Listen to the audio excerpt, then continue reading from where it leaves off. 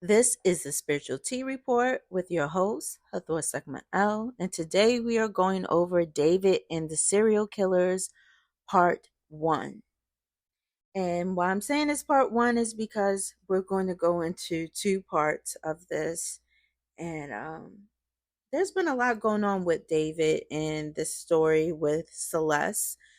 So far, what we know of is that David is not considered a suspect. But this is the thing that I want to bring up is that sometimes uh, the police will put something out or detectives will put something out on social media just to see how people react.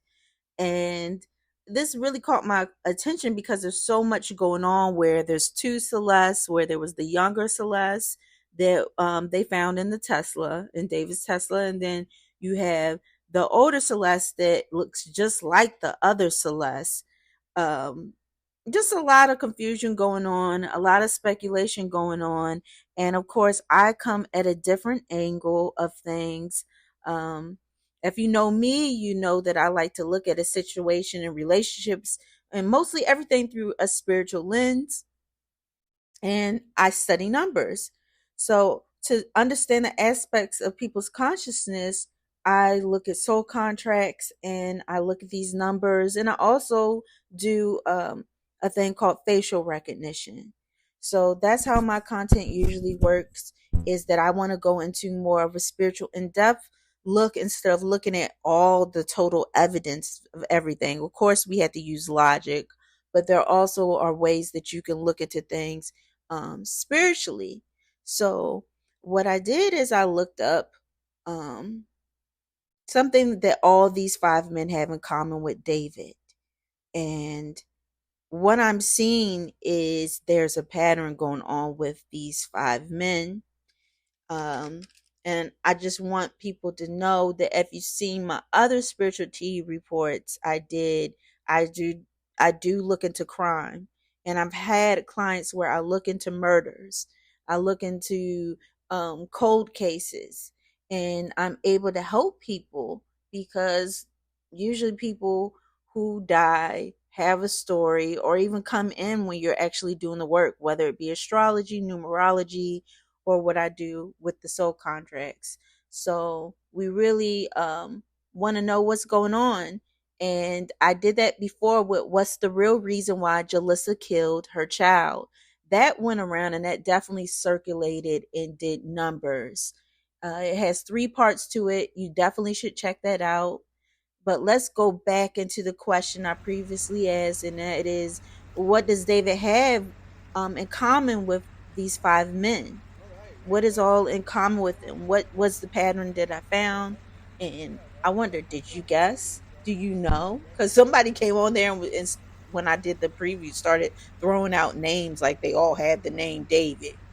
And obviously, with the title, they all are serial killers, but these serial killers have the same birthday as David. And I'm going to go into these different five men and just we're going to talk about these men and what they actually did, what type of serial killers they are, because there's some type of pattern going on with these men and David, what we know of David. So before we get into this, I'm going to do a disclaimer on things. And I don't want people to get crazy in the comments if you share a birthday with David in the serial killers, because this is the thing. Although there is patterns, and even in the birthday book that I usually go over, it has an energy of showing you what is the vibration with these birthdays, because numbers even correspond to planets with astrology, but it also goes with the vibration. um when I do my soul contracts and I do numerology, I'm a twin, and I've actually did readings for twins. Sometimes one twin will get more of the lighter side, and the other twin may get part of the darker side, or one twin may be more career orientated, and the other twin is more home life, domestic orientated, within the soul contract, depending on their personality and how they deal. And even with people, that have the same birthday as each other. You have your birthday twins. Just because you may, your environment can change how your soul contract is ran. Your parents, there's different makeups of why a soul contract could change and read differently, because it's intuitive. It's not just oh, this is the basic run of the mill thing. So don't take it so hard um about those things, because everything has a light and a darkness to it. And I, even when I did the Jalissa one, who, why, what's the reason, why, real reason why Jalissa was killed her child, who was only 2 years old. What I was looking at is that she had a birthday in common with three different serial killers, and she even exhibited the things of showing that she could be very much have those thoughts. Because when I looked in the birthday book, it shows that people can have dark thoughts. Is, do you actually act on those dark thoughts? But people that were born on her birthday, it shows that the people that do get the dark thoughts often tend to go towards that. And even in the comments, people were saying, oh, I must be crazy because I do get those thoughts, and different things like that, where they were identifying some triggers or identifying some common, those similarities in having the same birthday. So I'm not saying that he's a serial killer, but there's five. That's very rare. There are five notable serial killers that you can look up on Google that have the same birthday as David. So we're going to get into these five serial killers, and we're going to start with Robert Schulman. But at first, let me back it up. Let's go back to David. David's birthday is March the 28th, 2005. That makes him an Aries. And what I know of in astrology is that Aries is the youngest of the zodiacs. It's the youngest, so the personality and the energy is very young, which may even lean towards David being with a young woman. Because what was she when he first started talking to her? She was like 10 or 11 or something. You know, it just, any way we shake it, definitely too young for him. His birthday is again March 28th, 2005. And what he has in common with all these serial killers is all their birthdays are March the 28th. The year changes, which is causes a difference, but the other two things are definitely in a pattern, and that's the month and the day. And we're going to stay with that because in his soul contract numbers, we're going into with David 317. And with 317 is how he nurtures himself is through energy.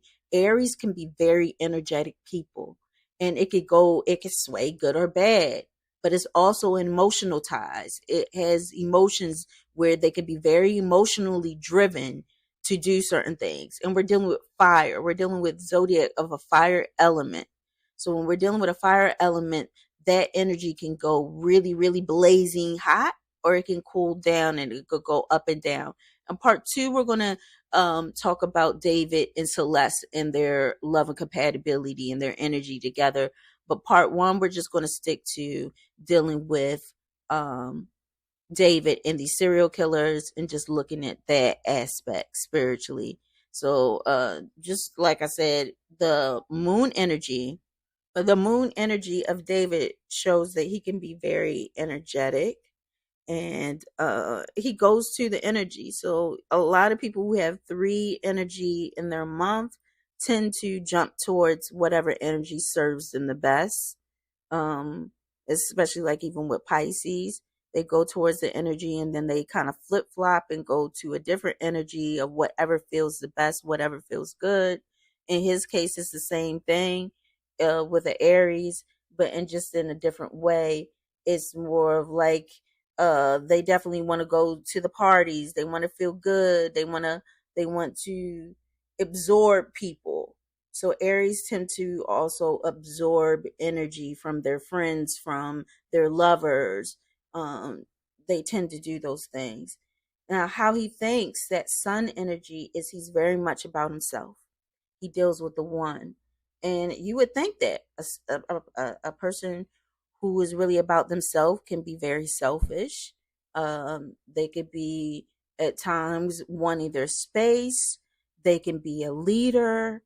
It has the positive and the negative with it, but it's definitely where there's a lot about self in their thinking, the solo type of thinking, and that's actually perfect for a serial killer. A serial killer is usually about their self gratification, what they want from taking somebody's life.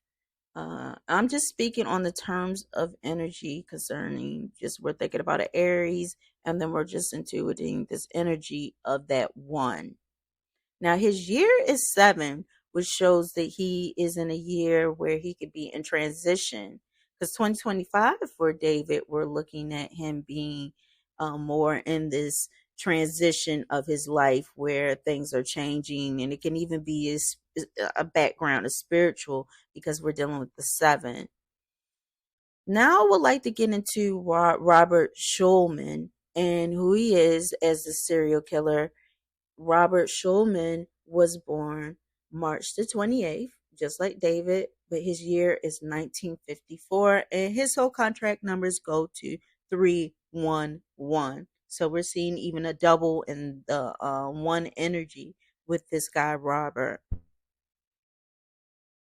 So we're going over Robert Yell Schulman. That's his middle name. As I'm looking at the serialkillercalendar.com, they have him classification as serial killer, characteristics, dismemberment, number of victims 5 plus, date of murders 1991 to 1995, date of arrest he got arrested April the 6th, 1996. Wow. Date of birth March 28th, 1954, like I've already said. Victim's profile, so he has a lady named Lori Vasquez. She's only 24. Jane Doe. And then they have Lisa Ann Warner. She's 18. Kelly Sue Bunting, 28. She was a prostitute. Method of murder: hitting with a hammer, beating with a baseball bat. Location: Westchester County, and this is in New York. He was sentenced in 1999, resentenced to life without parole after New York's death penalty was overturned in 2004. He died in prison on April the 13th, 2006. He is an American serial killer. He was also a postal worker from Hicksville, New York on Long Island, and he was convicted of murdering 5 prostitutes. So there's basically saying they were all of them were prostitutes. So he has a thing about women. He is a serial killer that kills women. Moving on, we're going to Terry Hyatt. Terry Hyatt's birthday is March 28th, 1957. His soul contract numbers are 314. So he's the same as them, but with that 4, he is naturally a person who can organize. He can plan and plot and plan out things. So that 4 works in the aspect of him being a serial killer. Terry Hyatt was sentenced to death by the state of North Carolina for sexual assault and murder. According to the documents, Terry Hyatt would kidnap Harriet Delaney Simmons, and she would be sexually assaulted and murdered. Terry Hyatt was arrested, convicted, and sentenced to death. And then they go into some of the other things that he was doing with the first degree of kidnapping, robbery with a dangerous weapon, first degree rape, and first degree murder of Harriet Delaney Simmons occurring on or at about April the 15th, 1979. This sounds like the same energy as Robert Schulman. He was killing around April. Like a lot of stuff was happening around April. And for the first degree kidnapping, robbery with dangerous weapon, he first degree murder of Betty Sue McConnell occurring in August.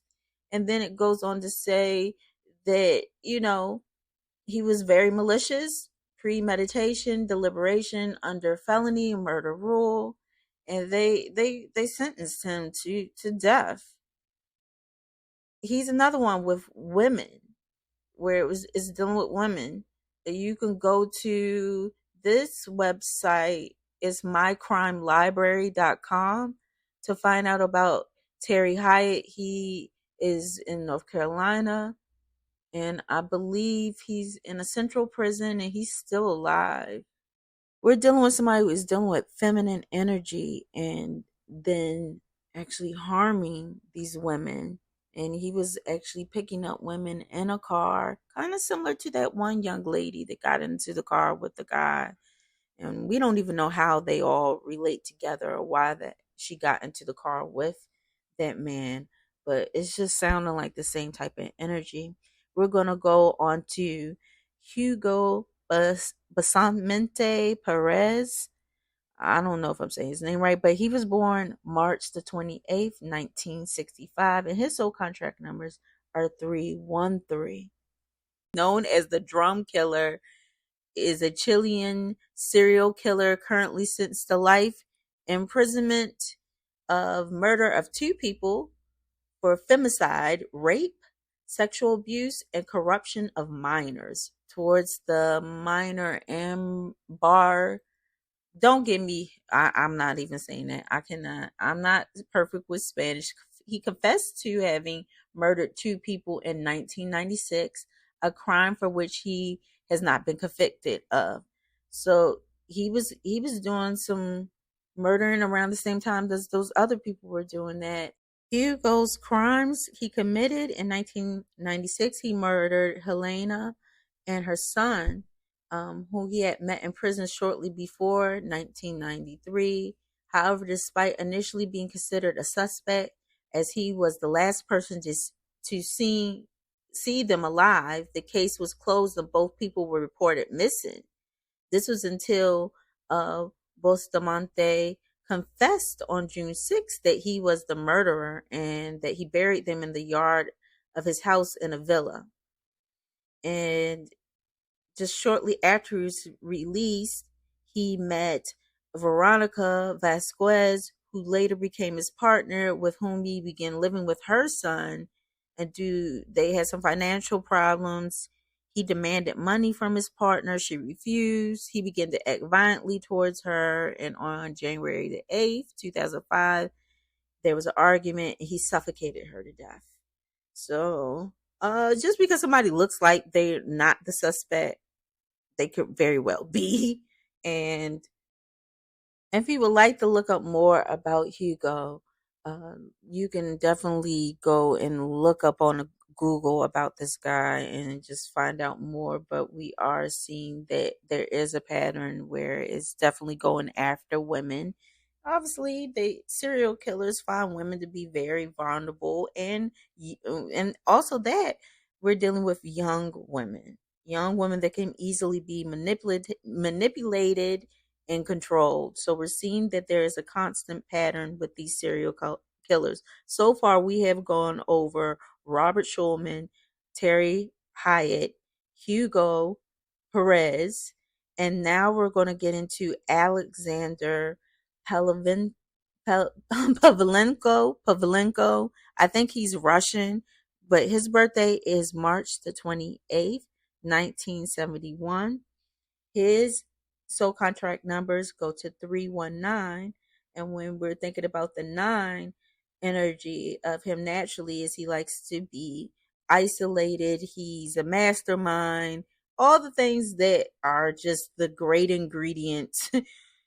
I hate to say great, but they make for a good serial killer. So we're going to go into Alexander and see exactly who's his victims and what he was doing during this time. So let's get into Alexander. He is Russian. He was a junior investigator, I'm seeing. That's interesting. But he was arrested after a victim of his jumped out the window, breaking her legs, and later gave a witness statement on the rape while in the hospital. In his apartment, a large amount of women's underwear, blood traces, hacksaws, knives, needles, tongs, handcuffs, axes, several albums, and about 20 negative films with pornographic material were found during the search. After his detention, he was questioned about the murders over the past summer, and then they're just going into certain people disappearing because of him. And this is dealing with women as well. So we're looking at another pattern happening with these serial killers that are born on March the 28th, and they're Aries. Arthur Frederick Good III is the last serial killer that we're going to go over. He was convicted of child murder. His birthday, let me go back. His birthday is March the 28th, 1954. He matches up with Robert Schulman. They both deal with the 311 in their soul contracts. Arthur was electrocuted in Florida.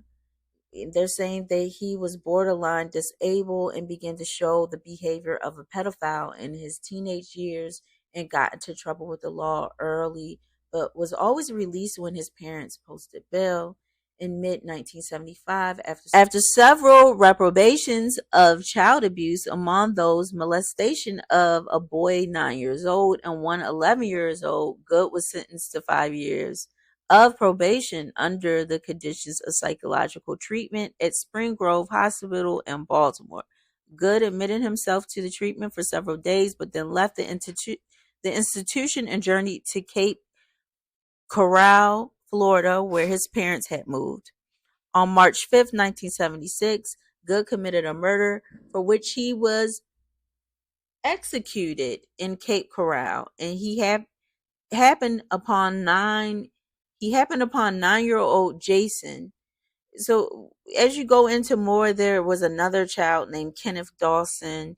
So he was dealing with little boys, but we're dealing with young children. We're dealing with the youth. And I do remember Celeste, supposedly he was dealing with her around that very young age. It may be an energy of what happens when these Aries go into the dark, or they have, dark surroundings around them, or you can hear it in his music. David seems like he has a lot of music that is very saddening, very gloomy like. He even has a song about Celeste and uh about death and killing and all of that. So if he's not being framed, these are things that hopefully will come to light about what happened to Celeste. We're going to go into part 2 where I just talk about the love and compatibility between him and Celeste, because there's something else that I want to bring up spiritually about David and Celeste's love and compatibility energy that I do. So if you don't know who I am, you should definitely catch up on my content and how I do things before you go into the comments and get all crazy and say what you say. It's just a different perspective to look into, and we don't have answers. Obviously, whoever has done this to Celeste, there's no justice brought. That nobody's being brought to some type of justice. And from what I'm hearing from other people that are spiritually abilities, is that Celeste really went through a lot of pain and when she was killed, and that Celeste is definitely in limbo. So we all are I guess really active in this story because we want some type of justice for this young woman Celeste. So we're going to get into part 2. So stay tuned for that. And if you got this far, thank you for listening. Peace.